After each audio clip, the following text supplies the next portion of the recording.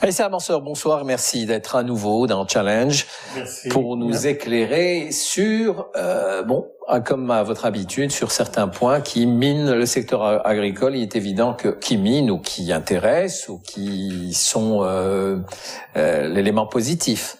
Il y a des éléments positifs dans notre domaine agricole aujourd'hui. Alors, commençons par cela aujourd'hui. Qu'est-ce qu'il faut souligner? Qu'est-ce qui se fait de bien aujourd'hui dans notre monde agricole?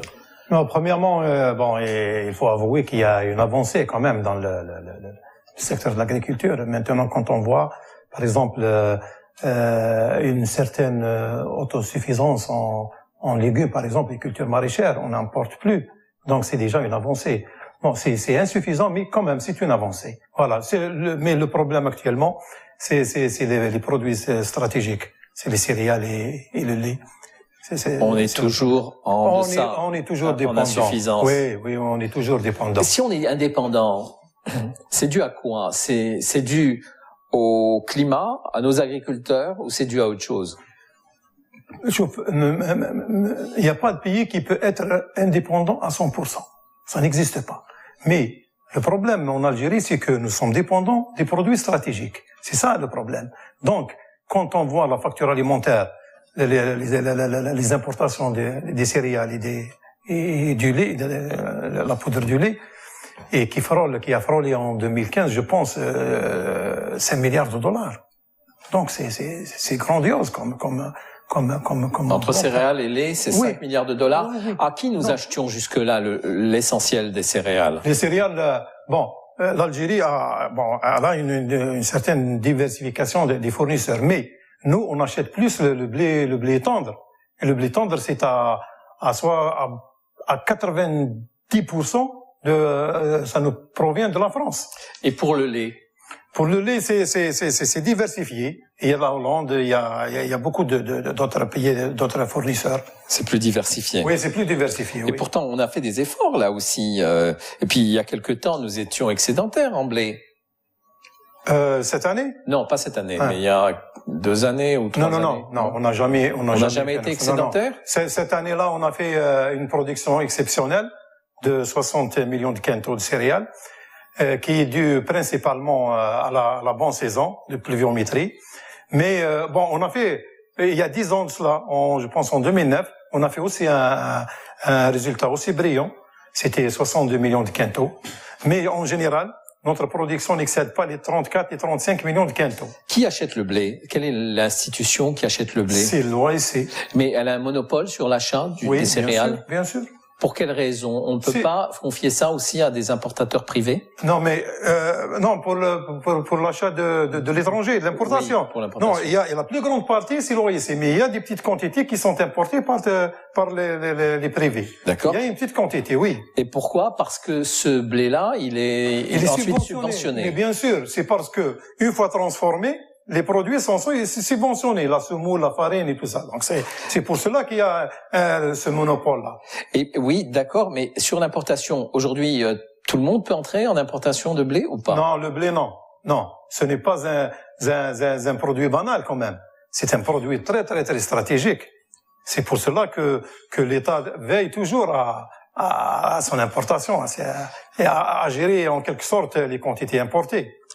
Est-ce que ce domaine il fut un temps où il était décrié comme étant sujet à corruption? Est-ce qu'aujourd'hui c'est le cas ou pas? Au niveau de l'importation du blé. Est-ce qu'il y a des choses qui sont pas claires?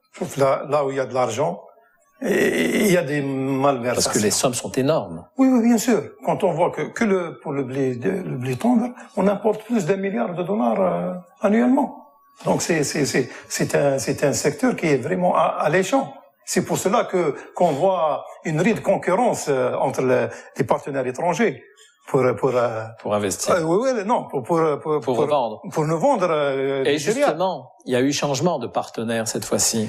On est passé des Français aux Russes. Non, l'Algérie s'intéresse au blé russe, mais pour l'instant, l'OAC n'a pas encore tranché. Pour le nouveau. D'accord. Donc, ce qui a été dit dans la presse, c'est que c'est pas encore acquis. C'est pas encore acquis parce que il y a une délégation qui s'est déplacée en Russie pour discuter du problème, enfin du sujet. Mais normalement, il y a un échantillonnage qui va arriver de Russie, donc qu'on doit analyser ici par les experts de l'OASI pour trancher. Justement, l'Algérie a qualifié un cabinet, bon, vous le savez ou vous ne le savez pas, un cabinet étranger pour étudier la contrôle qualité. Il se trouve que ce cabinet est aussi français, SGS en l'occurrence. Qu'est-ce que cela vous inspire? Normalement, le contrôle ou l'expertise se fait normalement par des experts nationaux, par des experts de l'OASI. Et c'est eux qui élaborent le cahier de charge. D'accord. Visiblement, ils délèguent aussi à des structures oui. professionnelles à l'étranger. Normalement, oui. Bon, il faut noter également que, d'après des échos médiatiques, l'Algérie vient d'acheter 500 000 tonnes ces jours-ci. Et probablement de la France. D'accord. Avec un prix de 257 dollars la tonne, et qui a écarté l'offre russe. D'accord. Il a écarté l'offre russe. Bon, alors, je pense. Le combat est âpre, alors. Oui, bien sûr, mais je pense que ce changement brusque des fournisseurs, je pense que ça va pas s'opérer dans les années à venir. Hein. D'accord. Rappelez-moi, aujourd'hui, nous produisons ici, sur le territoire national, combien de quintaux, de tonnes de Je vous dis blé que, en général, normalement, on a une production moyenne de 34, 35 millions de quintaux. D'accord. Et nous importons? Et nous importons 13 millions de tonnes. Donc, c'est 130 millions de quintaux. D'accord. Voilà. Bon, du boulot à faire. Oui, oui, bien sûr. Pour le lait. Alors, là aussi, il y a eu, on a encouragé, je crois, des fermes laitières à s'installer pour produire ici localement du lait. Où est-ce qu'on en est? Là aussi, je voudrais savoir comment ça évolue. Le problème de la filière lait en Algérie, c'est que nos éleveurs, on a des petits éleveurs qui ont un nombre réduit de vaches, entre 5, 10, 12, 20 vaches. C'est ça le problème. Mais, qui produisent d'une façon traditionnelle. Donc l'État a failli dans la formation de ces éleveurs-là. Normalement, on doit les former afin qu'ils puissent produire... dans la formation et le financement. Oui, c'est un tout. Bon, on a financé, pendant l'application du PNDA, on a financé la création de ces fermes laitières-là. Mais c'est la formation qui fait défaut. C'est la formation qui fait défaut. Donc, c'est parce que la production laitière, c'est un créneau qui est très sensible.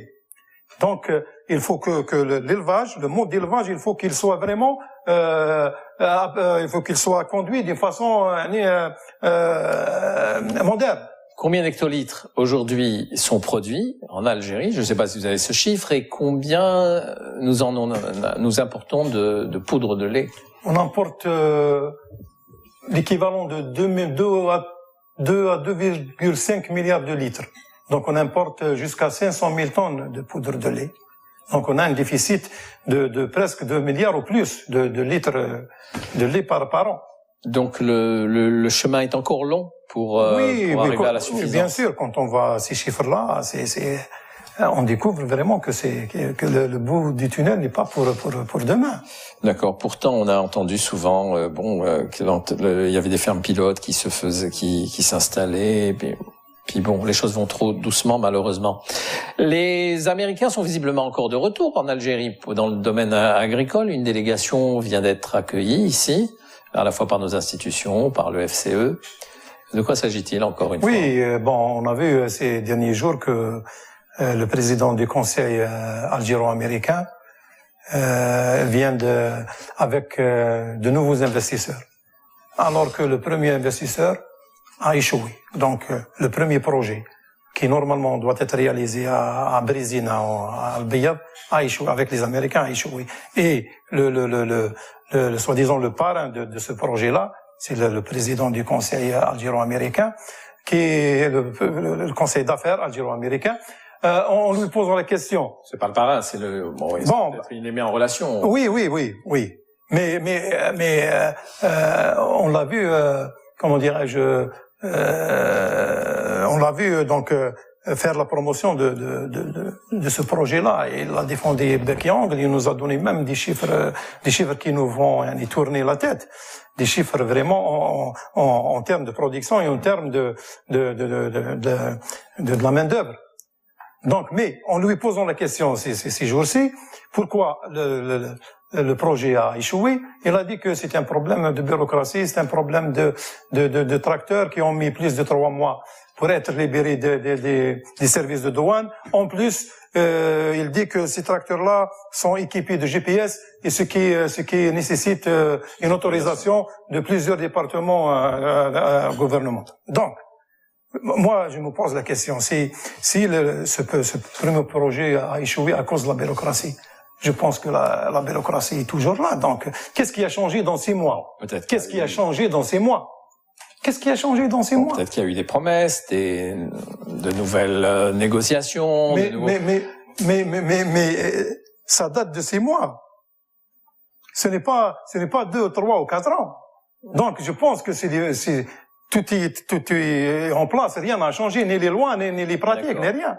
Mais ces nouveaux venus s'installent vraiment ou sont venus en renseignement uniquement? Pour le moment, on ne sait pas. Et il les a ramenés, il les a présentés pour le moment, on n'a pas une connaissance de ces projets-là. Dites-moi, on a eu peur cet été avec ce choléra. Où est-ce qu'il en est? Le choléra, normalement, on l'a maîtrisé parce qu'on n'en parle plus. Et pourtant, pourquoi il y a eu du mieux dans les installations, dans les déversements d'eau usée? Mais pour même si on a vaincu la maladie, mais on ne sait pas l'origine de cette maladie-là. C'est ça le point d'interrogation, on ne le sait pas. Donc, معليش, alhamdoulilah, on a vaincu la maladie, c'est l'essentiel. D'accord. Donc, bon, mais il y a beaucoup de choses à faire sur ce travail d'assainissement. Oui, bien sûr. Oui.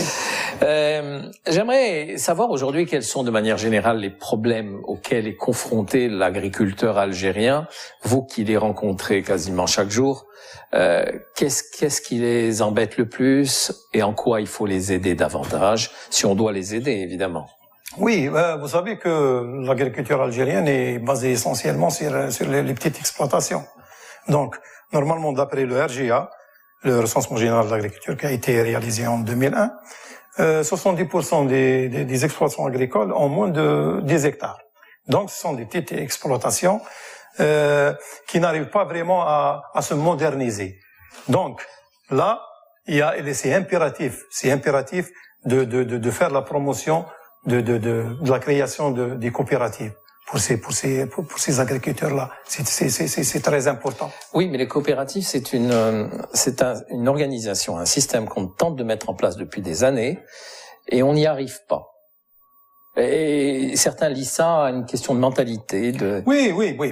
Mais il faut vraiment sensibiliser et il faut accompagner et soutenir la création de ces coopératives-là. Aujourd'hui, il y a des coopératives qui existent et qui fonctionnent bien. Actuellement, oui. Il y a des coopératives mais qui ne fonctionnent pas bien. Ils ne fonctionnent pas. Il faut changer le mode de gestion, c'est tout. Mais le mode de gestion, il est connu. Enfin, il est généralement partagé de par le monde. Pourquoi il fonctionnerait pas ici?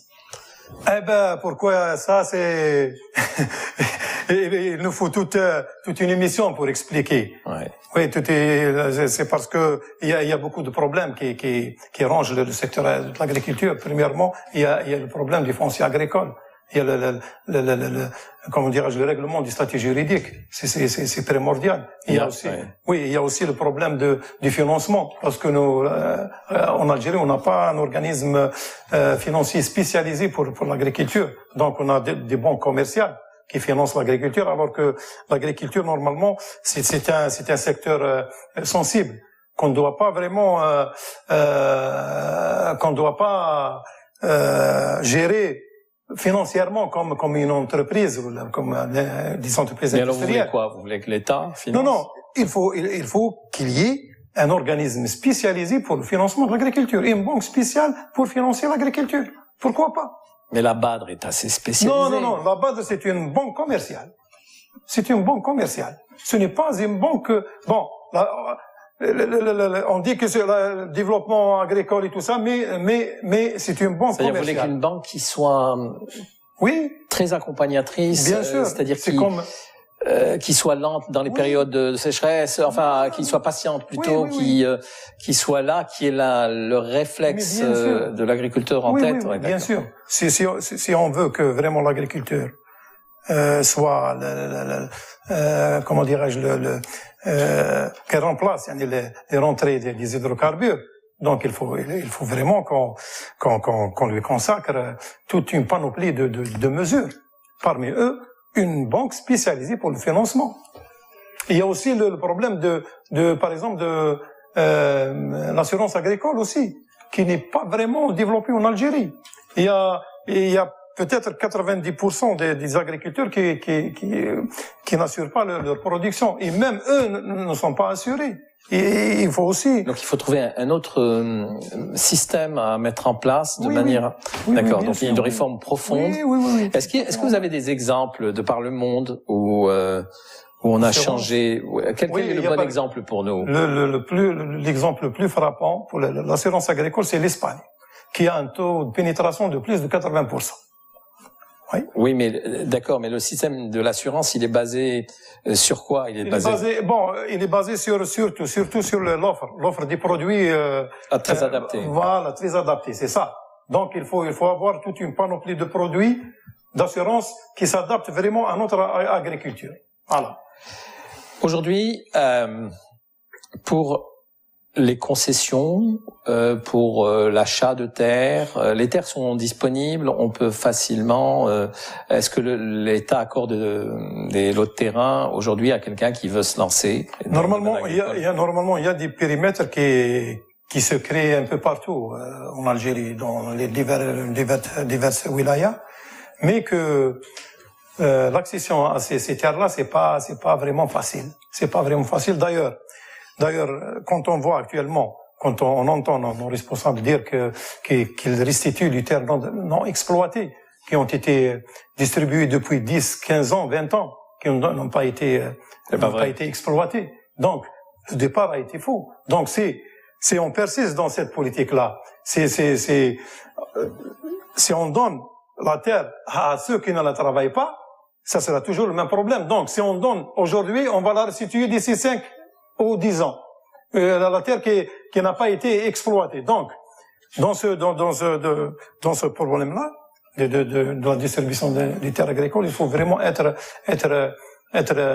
d'une façon rigoureuse, vraiment. Il faut vraiment choisir les personnes qui investissent vraiment. Et on commence normalement par les ingénieurs agronomes, par les techniciens du secteur, qui actuellement, ils n'ont aucune chance d'acquérir une terre agricole.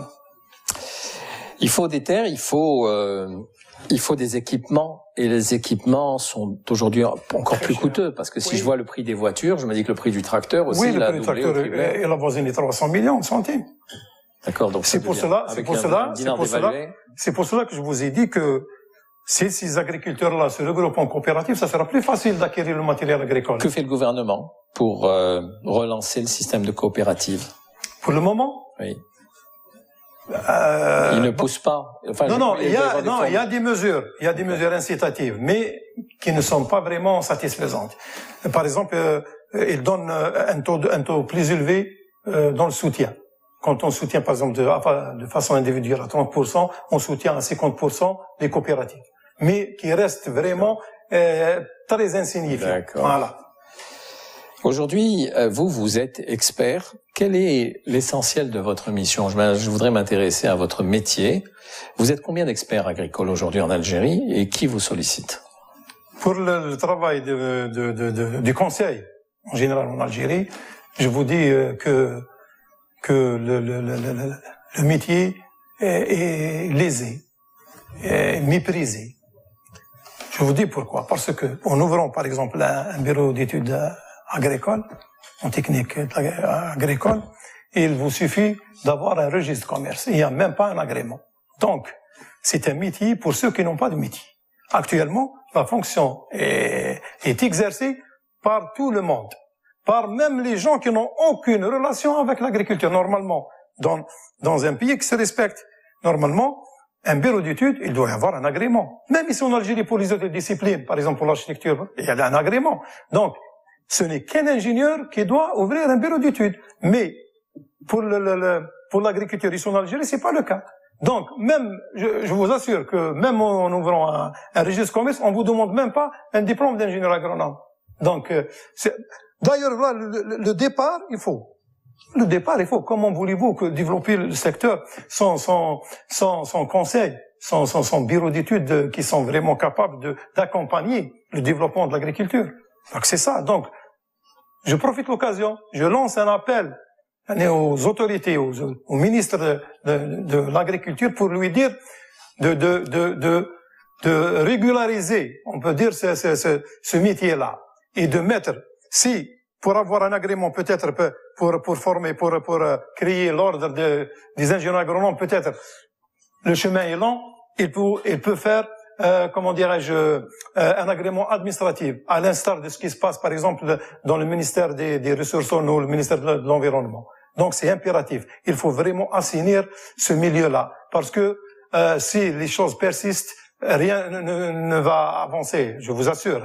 Et les agriculteurs, ils ont cette mentalité, cet esprit de vouloir aller vers un consultant pour le conseil? Non, pour le moment, il y a peut-être des investisseurs. Oui, mais les agriculteurs, non, pas encore, non. Et alors comment ils s'autoconseillent? Bon, ben, ils viennent. L'héritage culturel. Oui, ils viennent. Même nous, on connaît vraiment la composante, on connaît la forme. Donc, on leur donne les conseils gratuitement. Il y a aucun problème.